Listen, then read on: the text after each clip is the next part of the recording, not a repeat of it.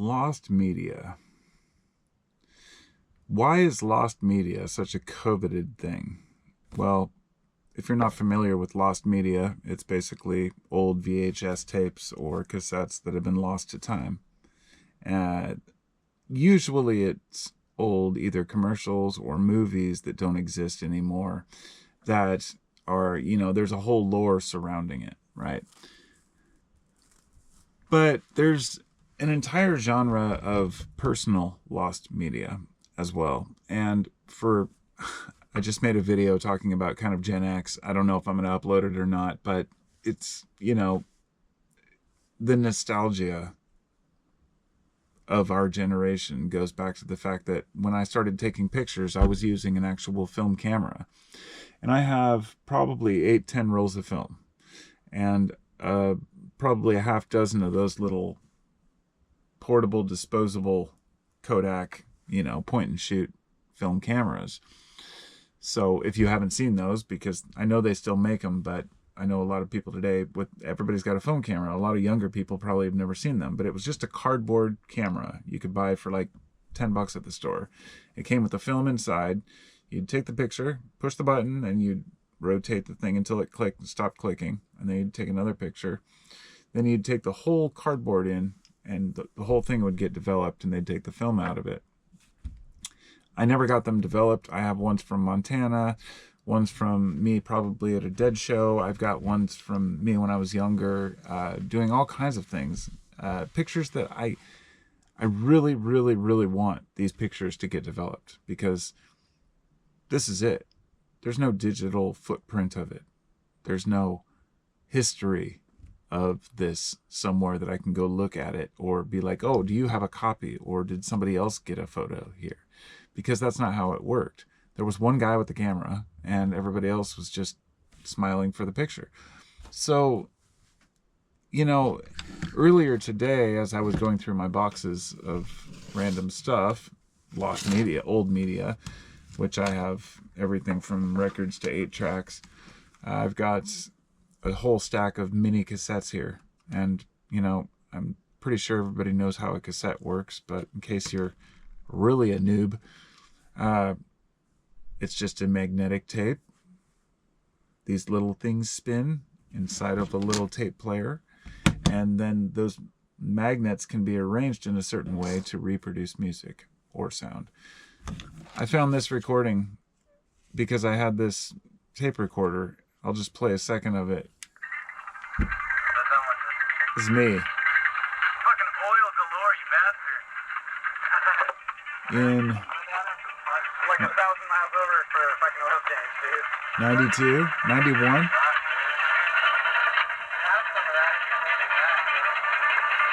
What's that? Yeah. Oh, it's cool. I won't be driving for a while. So that's me hanging out with my friends in my Volkswagen bus back in the early 90s. I haven't heard that tape since then. I didn't even know I had it. And once I put it in, I played the other side, because the tape before it I could hear the Grateful Dead in the background, and it sounded muffled. You could tell that it was coming from Autzen Stadium, because I was down there using my voice recorder to record the parking lot scene back in 93, I think.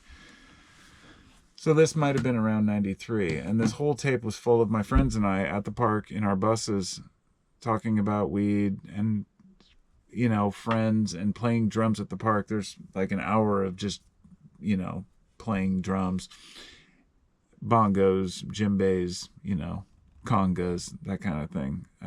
We were into this resurgence 90s hippie scene.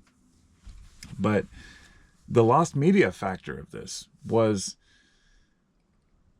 when I was younger, not a lot of people had video cameras, right? I had a ton of old home movies that were on 8mm reels, and we had a house fire, and we lost them naturally. The one thing that really burned down, it started in the garage, and that's where they were stored.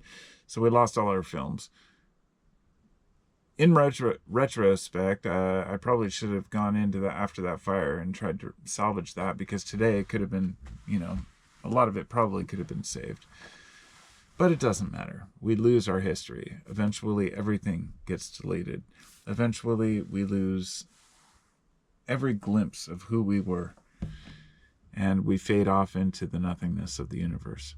No matter how much we hang on to our pictures and our videos, eventually it will decay.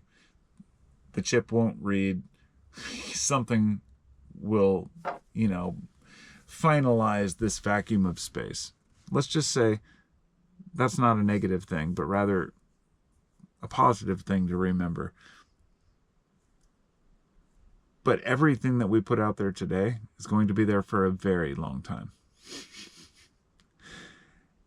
So if I were to take these recordings and I were to digitize them,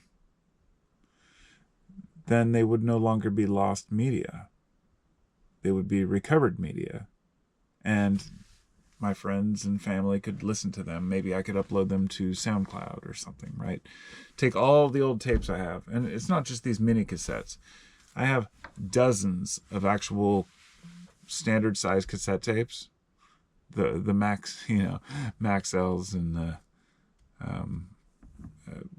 we were really into recording back then. So I would record everything, and I had a tape player. Just hit record on the tape and just let it record while we were playing guitar, while we were hanging with friends, while we were tripping, while we were doing anything at all where we were near a stereo that I could record on. I would record. And I have these recordings to this day. My friends have always known I'm a bit fanatical about recording everything. And I guess that didn't change. I started a YouTube channel, and now that I think about it, as always being that guy that was recording, it makes me wonder why I haven't really recognized this sooner, that it's just a passion of mine that has been with me since I was a kid. Because I know I've had my YouTube channel for 13 years, but even before that, I was always into taking pictures, taking videos, like recording onto some sort of a format has always been an awesome thing.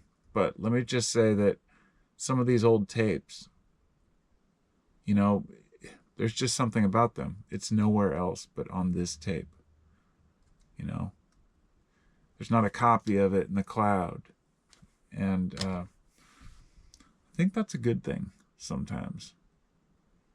I think maybe we should go back to privatizing a little bit. I have a voice recorder that I use for my sessions, let's just say my meditation sessions where I might use substances, for my notes, my personal notes, the things that I come up with, and I'll whisper into it. But this is a completely separate voice recorder that has no connection to the internet, no Bluetooth capability, nothing like that. It's just a handheld voice recorder where when you push the button, the red light comes on and it's recording. So no matter how fucked up you might be, you can still look at it and say, okay, it's recording. And sometimes notes are important to record, but they're so important you don't want other people to hear them. They're important to you. And we've given so much away. We have no privacy anymore. I can't just record my friends hanging out anymore like that and just do it on my phone, for example, and expect it to be private, because the minute you record it on your phone, you've already given permission to Google to take it. It's weird. And I'm okay with it because I understand it. I'm using these services. I know they're taking my data. But for the data, I feel like old shit like that is gold. Home movies are gold. Don't give away the last of what you have to the internet. Don't make your shit public domain. Like, if you have any personal private music or things, that you want to keep to yourself, keep it to yourself. We need more surprises down the line. If we flood the internet with everything today, then we've just given it away, which is a good thing too. But, don't know how to feel about this, I guess. We know that we have no secrets anymore. The generations growing up right now know that they have no privacy. But They're okay with it. If some of the shit on my recordings got out into the world, or many other people's, it wouldn't ruin my life. It's just me as a fucking 13, 14-year-old kid talking shit, right? You might use a racist slur back in the 90s. Did you mean it or even know what it meant? Probably not. You might use a profanity that, or, the word fag, for example, something like that. Times change, people change, ideas change, words change. Words don't change, I should say. Definitions change. And the vernacular adjusts itself accordingly to a societal, movement as we're having today. And it's just good that we can still find things from the past that remind us of how things used to be. So I guess I just wanted to share my experience with finding my old friends playing drums.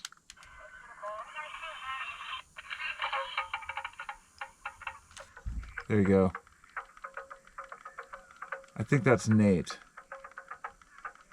Pretty sure it's Nate, because on the tape I was trying to figure out who I was talking to.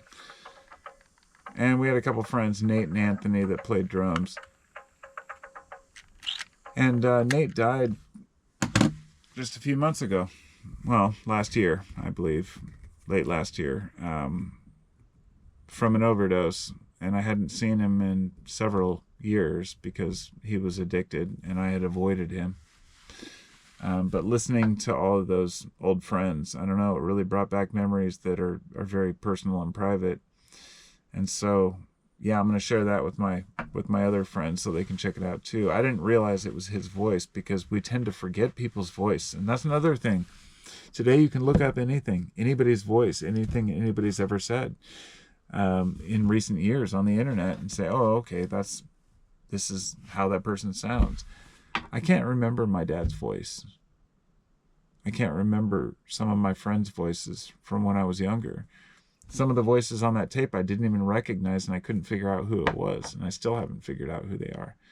Because memory is faulty. And if you don't, I guess, you need to use those same neurons, right? You have to create those pathways. Neuroplasticity means that your brain is plastic-like, but it can be adapted to what you need to do. If you're a musician, if you're a carpenter, if you're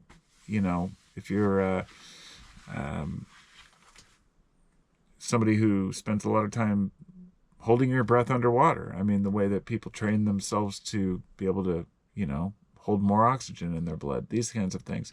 The body will adapt to whatever you do. But I guess we got to choose wisely what we want to do. Anyway, side tangent. I guess that's about all I got for today. I just wanted to say a few things about that. Eat a piece of foam toast. I sliced this out of a chunk. I made a loaf of foam for my kid and I to play with and make stamps out of. It's like now it's a chunk of French bread, pink French bread.